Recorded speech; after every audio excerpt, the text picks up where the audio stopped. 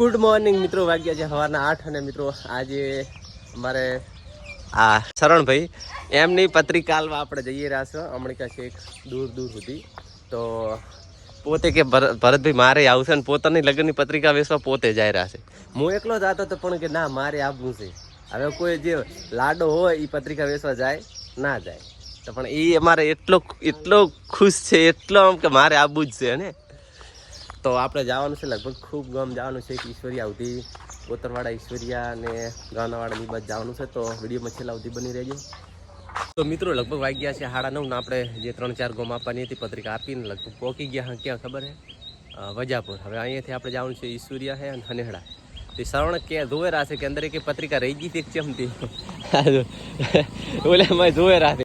તો મિત્રો આપણે પહોંચી ગયા છે હનેહડાથી ઈશ્વરિયા આપણે ફોન કર્યો છે કે તમે અહીંયા આવો. 4 રસ્તા તો આપી 4 રસ્તા આવી ગયા છે મિત્રો. આમાં જો 2-2.5 કિલોમીટર અને અહીંયા હોય થોડો રેતવાળા તો એ આપણે હાલવા જવી પડે. એનું કારણ શું ખબર? કંકુત્રા આપણે ક્યાંક ગામમાં હાલ દઈએ ને તો કદાચ સરસ ચૂકતી કોઈ એ કરધણી સુધી પહોંચે નહીં, એટલે આપણને પાછો ઠપકો આવે કે તમે અમને પત્રિકા હાલવા આવ્યા છે. તો મિત્રો એટલા માટે આપણે છે ને ઘર પત્રિકા હાલવા જવું પડે. અને ઘરે પાસે કેવું ખબર? નેળિયું હોય, નેળિયામાં 2-2 કિલોમીટર હેડવાનું. મેં રેતી હોય, ભાળેલ ના હોય, પછી વાળે ફોન કરવો પડે કે અમે ભાઈ અહીંયા આવી ગયા હા. જો મિત્રો આપણે એવું લાગે રહ્યું કે સહારાના રણમાં આવી જાવ ને એવું જો થાર ડેઝર્ટ પડ્યું બધી બાજુ.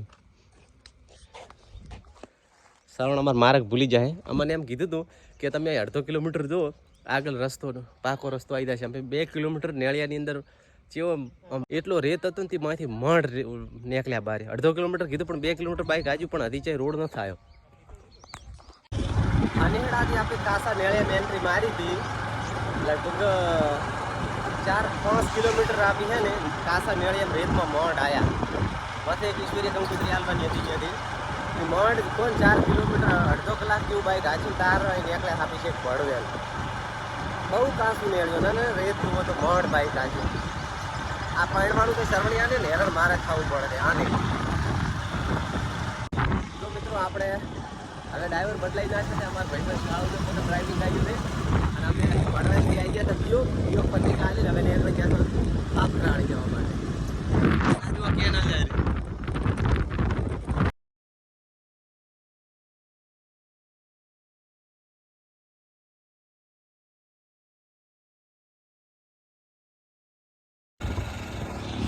તો મિત્રો આપણે ફાફરાળીથી પછી નેહડીથી કોતરવાડાથી હનેહડા જઈ અને હવે આપણે પત્રિકા હાલવા જઈ રહ્યા છે ખારી પાલડી મેરાની બાજુ. ત્યાં એમાં પાણીનો બાટલો પાડ્યો હતો. ત્યાં આ રહ્યો બાટલો પાડે ને એટલે ફૂટી ગયો છે. એ વગર ચી રીતે પસાર કરશે કેટલો ઉલ્લા. તો મિત્રો આપણે હવે પત્રિકા આપશે ને જવાનું છે ખારી પાલડી. કેનાલમાં પાણી કેટલું જાય મિત્રો. લગભગ વાગ્યા છે 3:30 થયા છે. આપણે 1 વાગ્યાથી કરી અને 6-3 કલાક એક જગ્યાએ આપણે બેનની ખાવા ગાધું અને બેસી રહ્યા. જેમ કે એવો ગરમ પવન આવેલો છે લૂથી વાત મેલી ગયો. અને એમાં મારે બાઇક હાંકવું પડે. શ્રાવણને તો બાઇક હકાય નહીં. તો મિત્રો આપણે અહાણાથી કંકુત્રી આલી નોખા જતા રહ્યા. નોખાથી વળી પાછા આપણે આવી ગયા આ પુલે કેનાલે. અને હવે અહીંયાથી જ આપણે સીધું નહીં આવવાનું છે. આ રસ્તો છે આ રસ્તો આપણે બાપરથી આવે. જે આ નોખા રસ્તો છે જે પાછળ છે કે નહીં એ સામે રોડ મકાથી આવે અને આપણે આ રસ્તે જવાનું છે લુદ્રા. હવે ખબર નથી કેટલા કિલોમીટર. તો મિત્રો લગભગ વાગવા આવ્યા છે 5:30 અને આપણે પત્રિકા વેચતા હવે આવી ગયા છે મીઠા. જો અમે 60 ઠકણે પત્રિકા આલી, એમાંથી અમારે લગભગ 20 ઠકણે ચા પીવાની હતી, 5 ઠકણે ઠંડુ પીવાની થયું. તો અમારા શરણભાઈને જો ઠીક નહીં એટલે પોતાને વોમિટ થાય રીતે આપી ના પાડે છતાં એ ચા મેલે પરી પીવી તો પડે જ. અને શરણને હવે મજા નથી આવતી એ ઉલટી કરવાનો હતું ચેડ્યું બહુ.